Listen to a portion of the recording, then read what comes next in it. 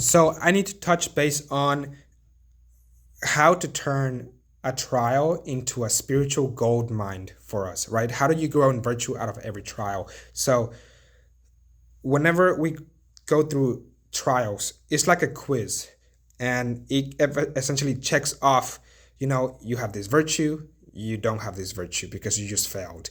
You do have this virtue, like maybe you don't have enough hope and you're despairing and you're realizing it's kind of like a reality check, and you're realizing, wow, I really don't have enough hope.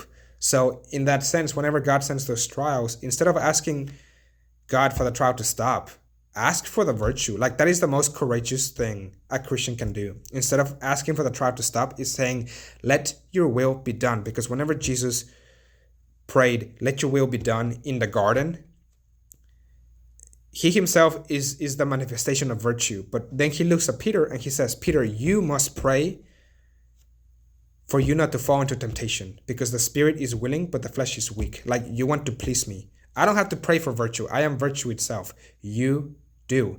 So therefore, we have to learn obedience through death on a cross, very much like Jesus did. We have to go through the trial in order to grow in virtue.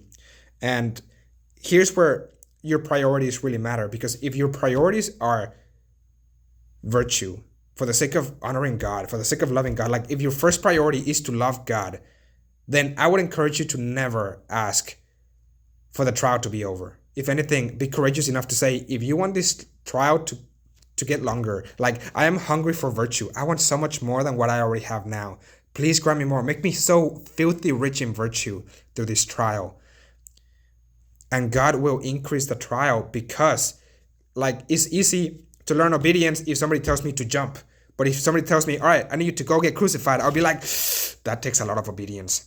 Like, does that make sense, right? So that the stronger the trial, the higher the virtue goes for deep inside our hearts.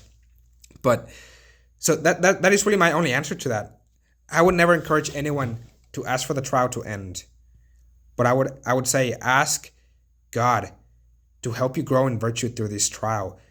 Ask God, please do not let me fall into temptation. Grant me virtue. Yep, that's really all I have for that particular question. And I will be posting a little bit more, developing more this theology, if you want to call it that, this philosophy of how to view suffering, how to love suffering, and why is suffering so good for us. Okay, so check out the next video, and I'll see you later. Bye.